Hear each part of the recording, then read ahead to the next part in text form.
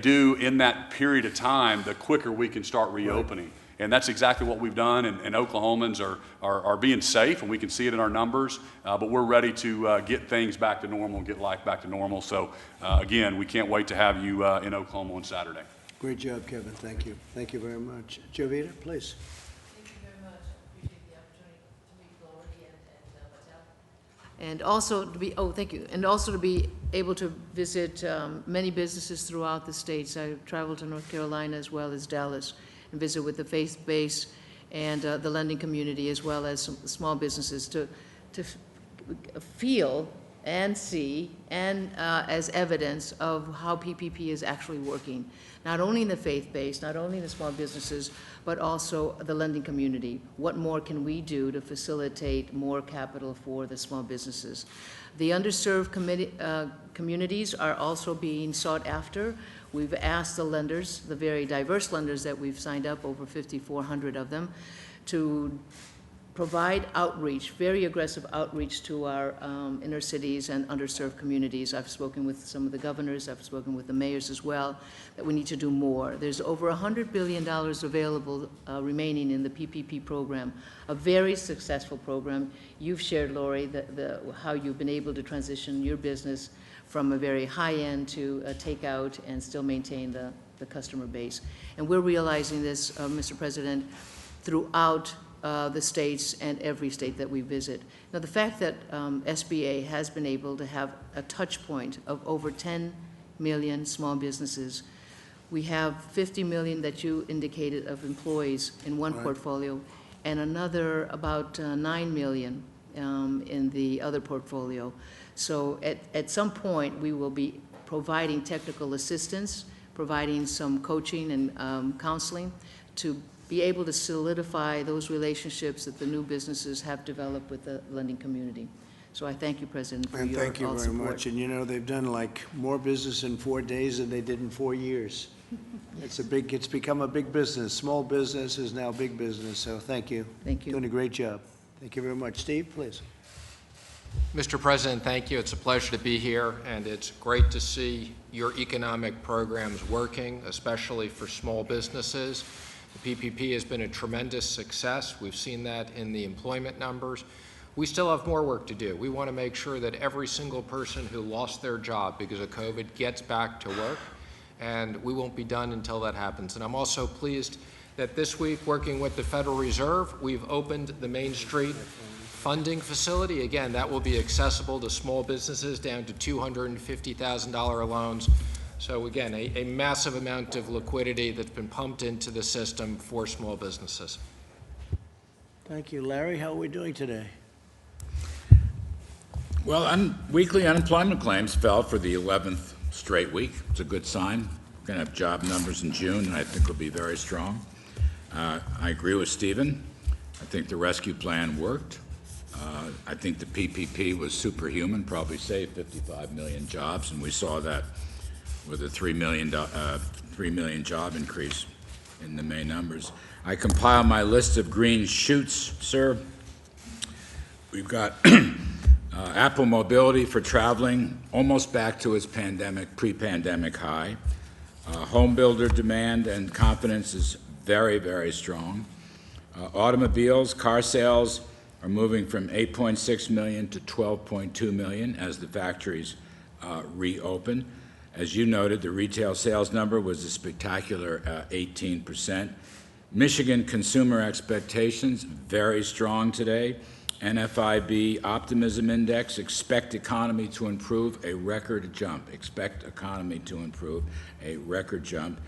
And manufacturing, the Philly Fed and the New York Fed, future activity indexes are off the charts. If I play reference to the Congressional Budget Office, if we get a 20% increase in Q3, which I think is quite possible, 20% increase in Q4, and a 5% increase in Q1 2021, we will be back to where we were in 2019. We will have made up for the lost ground. Amazing.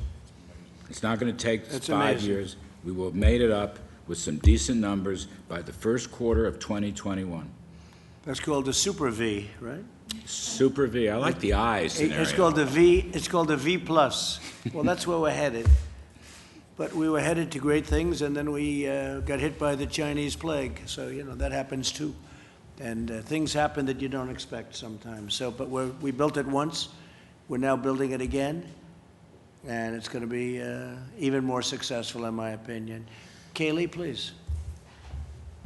Yes, Mr. President. I would just note that the V is indeed an I, and you've described this economy like a rocket ship previously, and I think the numbers you laid out are worth reemphasizing because it's exactly that. 2.5 million jobs added, blowing past expectations. You had the experts off by about 10 million jobs. That's quite an extraordinary number to be off by. Also the Dow above 26,000 points. You mentioned the NASDAQ setting the record.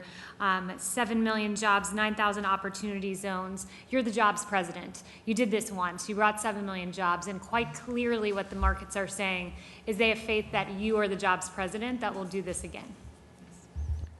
So most people have never built a positive economy. We're going to do it twice, and the second time is going to be better than the first, I think, Steve. We have a shot at it, right? Okay, please, go ahead. Yes, I'm Anthony Goins, and I'm honored to be here, Mr. President, representing the state of Nebraska. We were really focused on three things in terms of making sure that our economy stayed on track. And first, it was stabilization. So the PPP, the idle loan, gave us the liquidity injection that we needed to help us out. Debt servicing, our community banks work very closely with the small businesses to defer payments. And then we move into recovery. And when we talk about recovery, the $1.08 billion that we've received from the Treasury has been a huge help. We've broken it down into 4 programs: small business stabilization, rural broadband. We're giving $1 million for Gallup, and then we're also looking at taking workers that are in industries that are shrinking and retraining them in high-demand industries so we can put Nebraskans back to work in the right areas. Well, you mentioned rural broadband, and we're doing that very big for the Middle West and for our farmers, and that's a very big factor. And as you know, we've started the process already. Yes. And I think you're going to be very happy with that. Absolutely. Thank you very sir. much. Appreciate it. Please. Good afternoon, Mr. President, governors, secretaries, directors, and honored guests. My name is Melissa Hegarty, and I'm proud and honored to be the invited guest of Governor Ricketts from the great state of Nebraska. I am a wife and mother to 2 young daughters, ages 9 and 11, as well as the co-owner of 4 bakeries in Nebraska and Iowa. We've been in business for 10 years and have approximately 92 employees. Early on in COVID-19, we decided not to lay off any employees, rather ask the ones that live at home with their parents to scale back on some of their hours if they can. By doing that, it would give the other employees that needed their shifts to be able to cover their rent and other expenses an opportunity to keep their hours. Most of our employees are in their early 20s with no families to fall back on, so it was critical for us to take care of them any way we could. It was an important decision for the federal government to allow each state's governor to decide how to formulate their own plan of how to close and in turn reopen their state. Fortunately, my businesses in both Nebraska and Iowa were able to continue to serve our guests inside the bakery while practicing social distancing, sanitizing between guests, all while everyone wears a mask. We had several terrible weeks of sales leading into Easter. It was easily the scariest time of my life as a business owner, not knowing what would happen next. We did apply for and receive Paycheck Protection Program funds through our small, locally owned bank, who we've had a strong relationship with since we started back in 2010. That program has been helpful for us to continue to meet our fiduciary obligations in terms of promises to our staff, as well as paying our monthly bills. As the virus continued past Easter, we were able to increase our delivery business while adding a new service for our guests, curbside pickup. But with curbside pickup, it did come with some challenges. So increased labor would be probably the biggest effect on our bottom line. Additional employees have been added to answer the phones, and runners are needed to take orders out to the guests waiting in their car. By mid-May, sales were picking up, and we did have our best Mother's Day ever, seeing double-digit growth over last year's weekly sales. So my Nebraska bakeries have now entered phase 3, starting this upcoming Monday, of Governor Ricketts' directed health measures. We anticipate our guests' desire to celebrate all of the life's events they missed over the past 3 months. new babies, birthdays, anniversaries, retirements, with our ultimate hope that it will transfer into a much busier summer than we normally would have. I want to thank you for inviting me to be a part of this important discussion. Thank you very I'm much. honored. Great job. Thank you very much. Thanks. Please. Thank you, Mr. President. I am honored. Thank you. I'll start over. Thank you, Mr. President. I am honored to be here representing small independent restaurant industry and the great state of Oklahoma. Thank you for inviting me. I am a small independent restaurant owner. I own and operate Stella Modern Italian Cuisine in Oklahoma City. My restaurant celebrated 10 years in business in April. Prior to COVID-19, I employed 30 people in the restaurant. When restaurants were closed for inside dining, I was forced to furlough some very dedicated and loyal employees for the first time ever. Since I did receive the PPP financial assistance, I was able to offer all of our staff their jobs back, and all but 3 returned. I want to thank you and Governor Stitt for working so hard for our economy and helping us reopen in a responsible and systematic way. Our industry worked very closely with Governor Stitt and the Health Department of Oklahoma on guidelines to reopen with a phased approach. It has been good to get back to work and to be able to serve our guests. Under the guidelines we adopted in Oklahoma, we are using data-driven points to ensure we are reopening our restaurants and economy in a safe and an efficient manner. In reopening, our number one goal has been to keep our customers safe as well as our employees. We know there is work to be done to create a sense of confidence in our diners as well as our employees and help people feel good about dining out again. We are diligently following all the guidelines on using PPE for our employees, doubling our sanitation practice, and encouraging our customers to follow the suggested guidelines for social distancing. Restaurants have always had outstanding protocol in place for safely preparing food and serving our customers in a safe manner. As you're aware, the restaurant industry has suffered greatly during this unprecedented time. Our job loss and lost sales has been overwhelming. So I want to thank you for working so hard for our economy and signing into a law, the CARES Act, which provides PPP forgivable loans to help our industry and our economy at large get back to work. There is more that needs to be done, and we appreciate the opportunity we have to work closely with you, your administration, and our congressional leaders for next steps to get our economy and our industry back to work and fully open. President Trump, America's restaurant industry is grateful for your leadership in guiding us through this pandemic. Thank you again for inviting me to meet with you, and thank you for Governor Stitt for your leadership in getting Oklahomans back to work. That's very nice, and we're going to try and get deductions back for your restaurant industry, and you can look at that man right over there. He'll be carrying the message, but we're looking for the deductions for entertainment restaurants, and you'll get it right back bigger than before, okay? Thank you. Working very hard on that. Please. Thank you, Mr. President. Honored to represent the lodging industry before America's first hotelier president. Grateful to Governor Stitt for his leadership and for the invitation to join today. My name is Pete Patel, first-generation American. My family and I immigrated to the United States in 1979 in search of the American dream. We found that American dream in Tulsa, Oklahoma as small business and hoteliers. Our company owns and operates 12 hotels in eastern Oklahoma.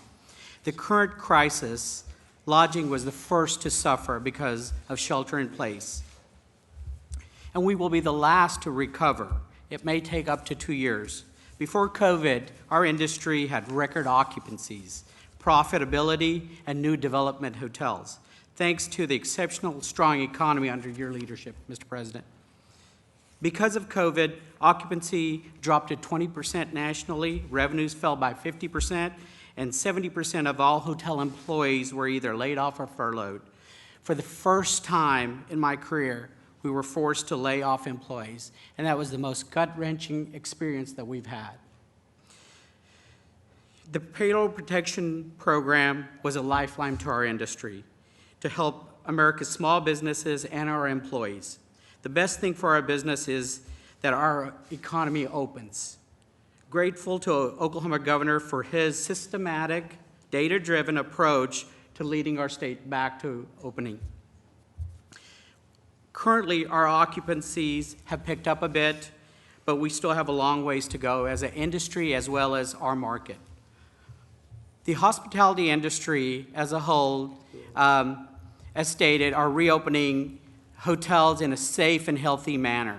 The industry has implemented what's called safe stay standards, sanitization, PPE use, social distancing, things like limiting buffets and using grab-and-go prepackaged items. Swimming pools and gyms are limited with appointments for use. Guests and employees are only safe as how we make the properties, and the hotel industry has done a great job in adapting ways to make sure all of our employees and guests are safe.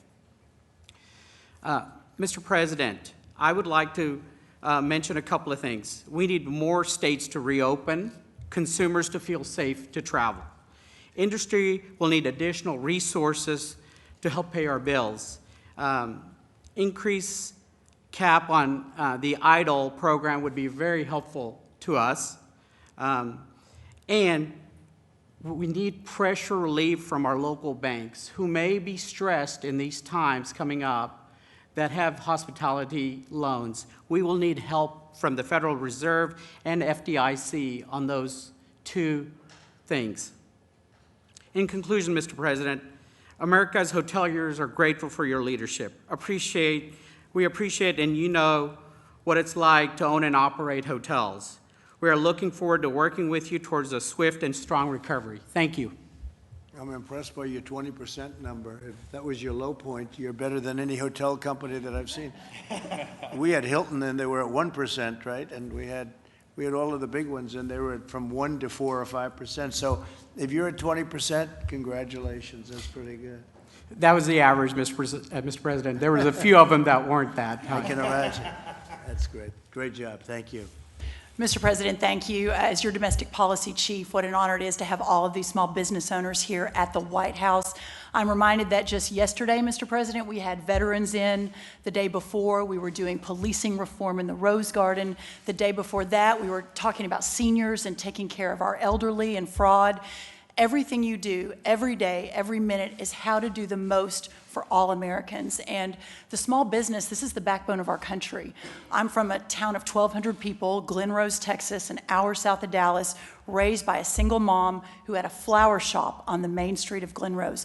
Small business truly is the American dream at its very, very best. And the work that Secretary Mnuchin, that Administrator Carranza are doing for this country is extraordinary, but it's executing your vision. And so bringing today these small business owners to the White House, talking about how we're going to not just get this country back where we were just a couple months ago before the pandemic from China hit, but to even greater heights than ever before. It's just an honor to be here, and I want to welcome and thank everyone for coming to the White House, and thank you, Mr. President, for your leadership. Thank you for doing a great job.